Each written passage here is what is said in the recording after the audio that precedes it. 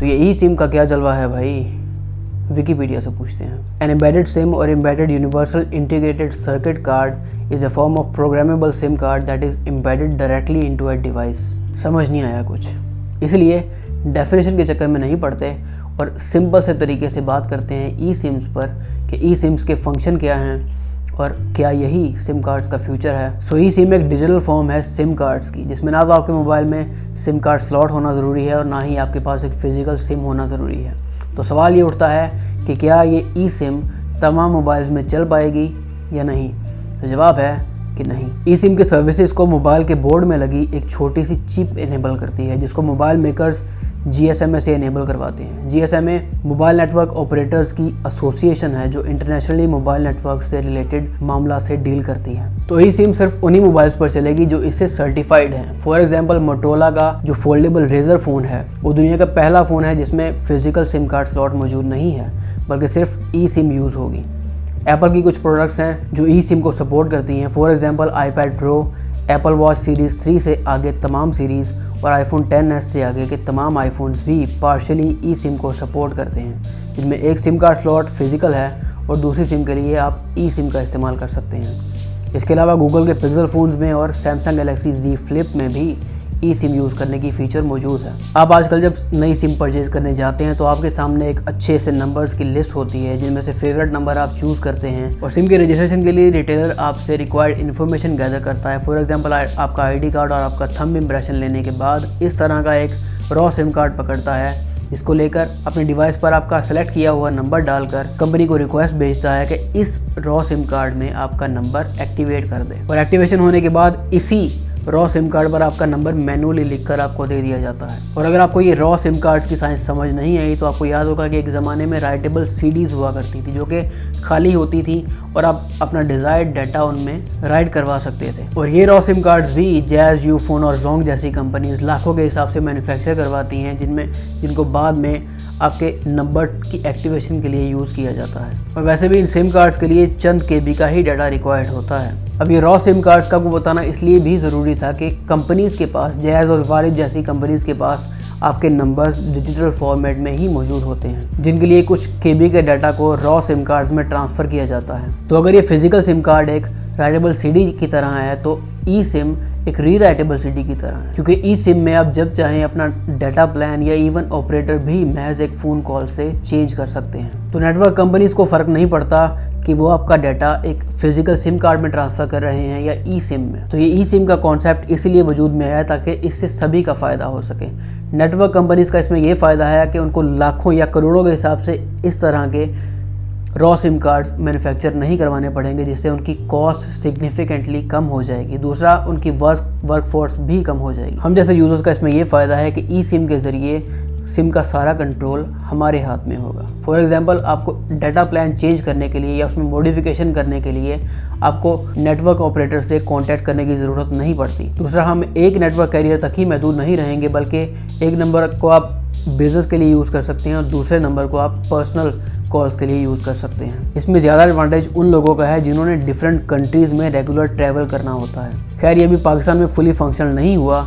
दूसरा एडवांटेज ये है कि हम पहले से ज़्यादा प्रोटेक्टेड डिवाइसेस मिल सकेंगी। वो ऐसे कि एक मोबाइल में जितने ज़्यादा सुराख होंगे उसमें डस्ट और पानी के जाने के भी उतने ही ज़्यादा इम्कानात होंगे। तो हेडफोन जैक रिमूव होने के बाद सिम कार्ड स्लॉट के रिमूव होने से भी आपके मोबाइल का प्रोटेक्शन का लेवल बढ़ जाएगा, क्योंकि ई सिम के लिए आपको डेडिकेटेड सिम कार्ड स्लॉट की ज़रूरत नहीं होती। अब मोबाइल कंपनीज़ का इसमें एडवांटेज बताने के लिए आपको एप्पल की मिसाल देता हूँ कि एप्पल ने क्यों iPhone XS में ड्यूल सिम कार्ड की बजाय सिंगल iPhone X वाला सिम कार्ड स्लॉट यूज़ किया और दूसरी सिम के लिए ई सिम का इस्तेमाल किया। क्योंकि एप्पल अगर ड्यूल सिम कार्ड स्लॉट के डिज़ाइन की तरफ जाता तो उनको पूरे का पूरा बोर्ड ही रीडिज़ाइन करना पड़ता। और एप्पल तो वेल नोन है इस मामले में कि वो एक आईफोन की बॉडी को 3 साल तक यूज़ करते हैं ताकि उनकी असेंबली कॉस्ट कम से कम हो। और ड्यूल सिम कार्ड डिज़ाइन करने में दूसरी बड़ी कॉम्प्लिकेशन ये थी कि सिम कार्ड स्लॉट जो होता है उसको वाटर से प्रोटेक्शन देने के लिए स्पेशल किस्म की सीलिंग से प्रोटेक्ट किया जाता है।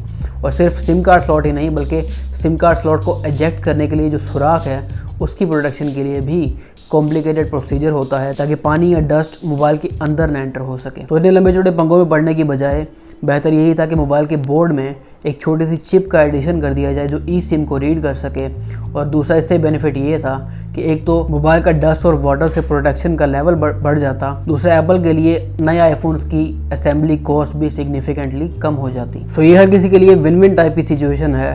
हेडफोन जैक को भी इसीलिए रिमूव किया गया था और वायरलेस चार्जिंग भी चार्जिंग जैक के रिमूवल की तरफ एक पेशकदमी है। और वो दिन गए जब हम अपने कॉन्टैक्ट्स सिम के अंदर स्टोर किया करते थे। वैसे भी अब तो ये नॉर्मल होता जा रहा है क्योंकि एंड्रॉयड फ़ोन्स में आपके कॉन्टैक्ट्स ऑटोमेटिकली आपके गूगल अकाउंट से सिंक्रोनाइज होते हैं। और आईफोन्स में तो शुरू से ही आपके कॉन्टैक्ट्स सिम में स्टोर नहीं होते थे, बल्कि आपके कॉन्टैक्ट्स iCloud बैकअप में जाते थे। और अब आते हैं कि ये ई सिम काम कैसे करती है। तो दो तरीके हैं जिनसे मोबाइल कंपनीज आपको ई सिम को एक्टिवेट करने की फैसिलिटी देती हैं। पहला सस्ता तरीका है QR कोड वाला और दूसरा तरीका है एप्लीकेशन के जरिए, जिसमें से पाकिस्तान में सिर्फ QR कोड वाला तरीका अप्लाई हुआ है। फॉर एग्जांपल पाकिस्तान में जैज़ ई सिम ऑफ़र कर रहा है और इसमें होता यह है कि आपको जैज़ की तरफ से एक कार्ड मिलता है जिस पर QR कोड मौजूद होता है, जिसको स्कैन करके आप ई सिम को एक्टिवेट कर सकते हैं। नए आईफोन्स में QR कोड को स्कैन करने का तरीका स्क्रीन पर मौजूद है और आप आईफोन्स पर एक से ज़्यादा ई सिम्स भी स्टोर कर सकते हैं, लेकिन उसमें यह है कि एक वक्त में एक ही सिम ऑपरेशनल हो सकेगी। सो जैज़ के इस QR कोड वाले तरीके में एक कॉम्प्लिकेशन ये आई कि जब आईफोन को फॉर्मेट किया गया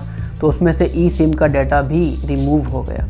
तो उस ई सिम को रीएक्टिवेट करने के लिए जब हेल्पलाइन पर कॉल की गई तो हेल्पलाइन से जवाब मिला कि भाई साहब आप ई सिम की दोबारा एक्टिवेशन के लिए आप फ्रेंचाइज आएँ, क्योंकि जैज़ ई सिम कार्ड पर मौजूद QR कोड सिर्फ एक ही बार स्कैन किया जा सकता है। और आपका तो पता नहीं, लेकिन मेरी बड़ी जान जाती है तो छोटे छोटे मसलों के लिए फ्रेंचाइज आना, क्योंकि पाकिस्तान में बहुत कम ऐसी कंपनीज हैं जिनकी कस्टमर सर्विस अच्छी है। तो जो दूसरा तरीका है कंपनी की एप्लीकेशन वाला, इसमें नेटवर्क वाली कंपनी की एक एप्लीकेशन को डाउनलोड करके आप अपनी ई सिम को एक्टिवेट करने के साथ साथ अपने डाटा प्लान्स को भी चेंज कर सकते हैं बिना किसी हेल्पलाइन की कॉल्स के। यानी अगर आपका फ़ोन फॉर्मेट भी हो गया है तो दोबारा आप उसी एप्लीकेशन को डाउनलोड करके अपनी ई सिम को एक्टिवेट कर सकते हैं। और ये तरीका QR कोड से काफ़ी बेहतर है, क्योंकि सिम की सर्विसेज का सारा कंट्रोल तो नेटवर्क ऑपरेटर्स के पास है ही, तो हम जैसे यूज़र्स को अपने डाटा प्लान्स का मुकम्मल कंट्रोल तो होना चाहिए। और अब बात करते हैं इम्प्लीमेंटेशन की, तो इंटरनेशनल लेवल पर ई सिम की इम्प्लीमेंटेशन में 2 से 3 साल लग सकते हैं, लेकिन पाकिस्तान जैसे मुल्क में ई सिम को फुली फंक्शनल होने में 4 से 5 साल ईजीली लग जाएंगे। अभी शुरुआत ज़रूर है,